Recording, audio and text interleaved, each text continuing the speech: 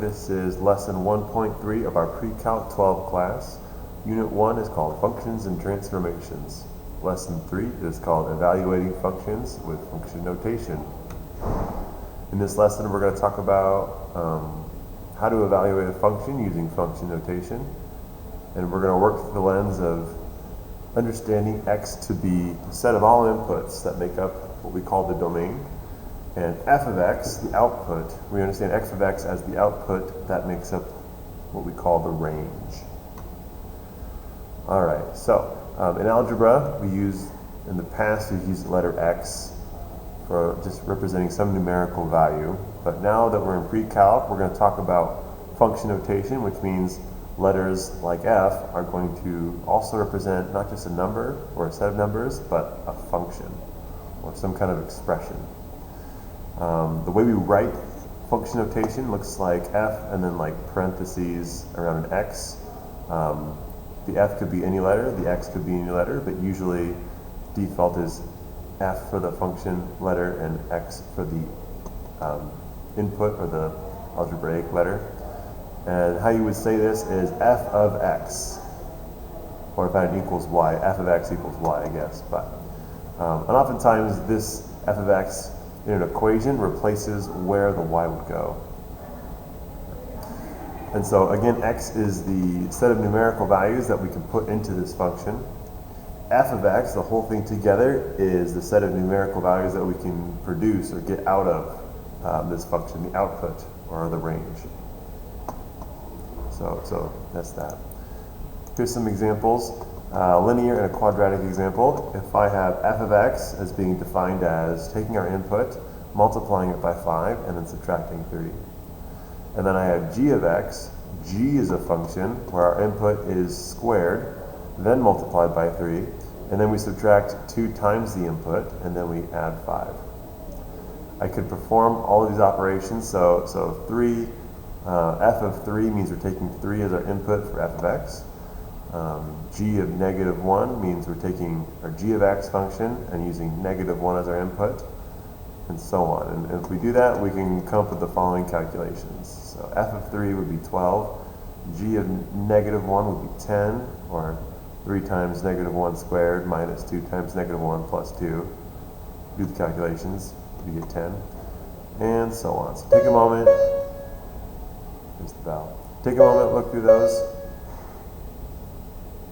3 more seconds, we go to the next slide. Alright. So here's a few more functions. These are some examples of radical functions. Radical is in they have like a square root in them.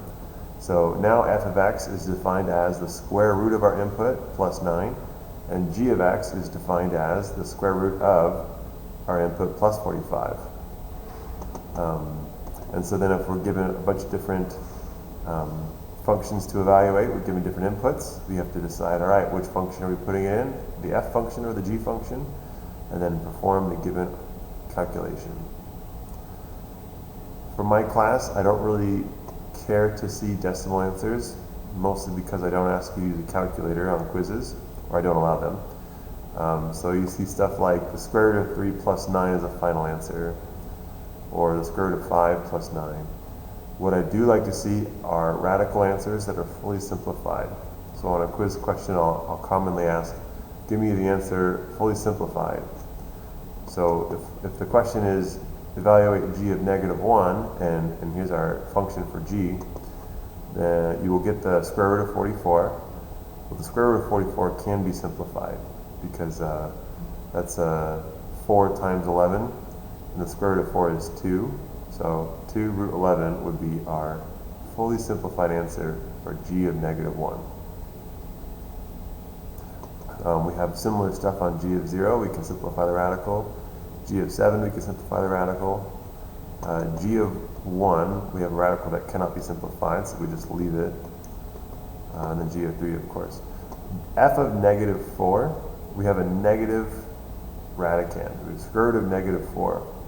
And so hopefully you saw this in Precalc 11. If not, here you go. The square root of negative 1 it's not a real number. It's an imaginary number. But we're going to call that I.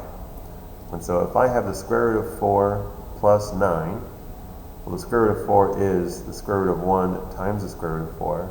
So the square root of 1 becomes I, and the square root of 4 becomes 2. And so I can simplify the square root of negative 4 to be 2I. And so I will probably ask you to do that kind of simplifying on a quiz. If I do, or if there is I coming up on a quiz, feel free to ask. I'll try my best to let you know, like warning, I alert or something like that. All right, feel free to pause if you don't want to go to the next slide yet. Otherwise, we're moving on. One more set. So now f is a function defined as the absolute value of the input, x plus 11. And g is a function defined as the absolute value of the input, minus 5. So notice the difference on when you take the absolute value for these two different functions. And we can calculate the absolute value accordingly.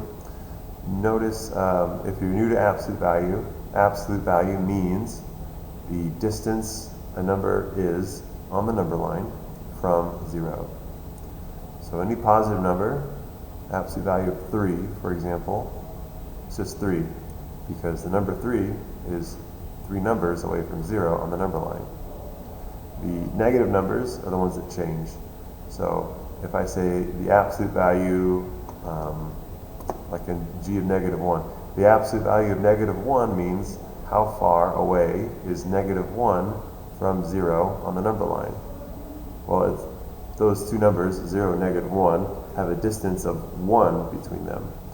And so the absolute value of negative 1 is just positive 1. Or you could think of it as just take off the negative sign from the negative and you get the answer. All right, we can calculate those. I'm going to move on, so if you'd like to pause the video here, you can look at these longer. Otherwise, we're moving on. All right, that's that lesson. Our takeaways here is hopefully now we have some familiarity with function notation and how to evaluate functions given the notation. Hopefully you got exposed to radical and absolute value equations was kind of a side goal for this lesson. And have fun. Take good blue notes and have fun practicing on Delta Math.